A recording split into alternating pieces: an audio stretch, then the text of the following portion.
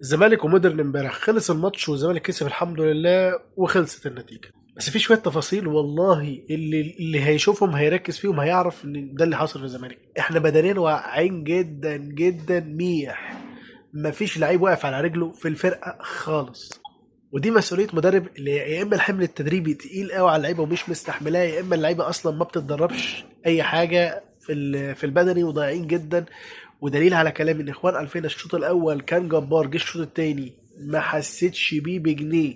الشوط التاني مش قادر يروح، لدرجه ان في كره قدام منطقه الجزاء كانوا رايحين واحد على واحد، شاطها اي كلام، هو خلاص البدني بتاعه وقع. هتقول لي يا عم ده هو لسه جاي، اقول لك يا حبيبي هو اصلا كان بيلعب ماتش عنده لما جه عندنا. المفروض يبقى موجود بدني بس ما يقعش من شوط، يعني ما يقعش من شوط، يعني ممكن يقع يا عم من الدقيقه 70 75، مش شوط. دي حاجه. مش هو بس، كمان اللعيبه كلها، اللعيبه اصلا على بال ما تجيلها كوره ما بتفكرش تبص على طول، لا لازم لعيب يقعد سنه عشان يفكر، فهي يخش عليه لعيب يقطعها وبتعمل علينا هجمات قويه. فدي حاجه تانية برضو، انا مش فاهم ليه اللعيبه ما بتحضرش انها هتباصي فين وتودي فين. حاجه التالتة، شيكوبانزا يعني ما حسيتش بيه امبارح قوي خالص، يعني مش ده الوينج اللي المفروض يبقى جعان يبقى يعدي من اي، يعني حتى اي كوره كان على الجبهه الشمال عايز يعدي ما عداش، ما ادانيش فرصه ان هو يعدي واحد على واحد. فليه؟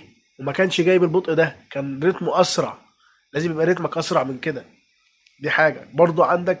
ادم قايد لما نزل، اسوأ حاجه شفتها في الماتش. ادم قايد امبارح واحد على واحد ضعيف جدا، ازاي ده مش ادم قايد؟ ده ادم واحد على واحد لازم تعدي. يعني هو راح بخمس كور امبارح واحد على واحد ما عداش غير بواحده، وده طبعا يعني ما ينفعش، يعني انت المفروض لو خمسه تعدي منهم ثلاثه على الاقل مش واحده. وكذا كوره بيجي له كان ممكن يتصرف فيها تصرف احسن من كده، تصرف وحش. نص ملعبنا محتاج كتير، نص ملعبنا محتاج كتير. فلازم نشوف حل. والمهاجمين ما بيطرحوا لهمش كور، يعني راس الحربة ده بيبقى مظلوم، سواء ناصر منسي او دباغ، ما حدش بيودي لهم كور. مفيش التمويل، مفيش التنوع في الكور، احنا ما عندناش تنوع.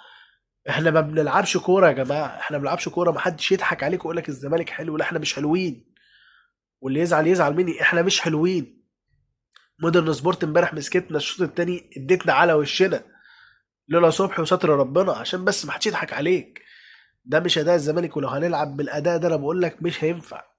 الزمالك لازم انت تروح تهدد الفرقه على طول وتلعب من الجناب وتلعب من النص وتسديدات كتيره وشوط كتير وهجمات قويه. احنا ما بنعملش احنا الهجمتين اللي رحنا بيهم جبناهم جون وشكرا على كده.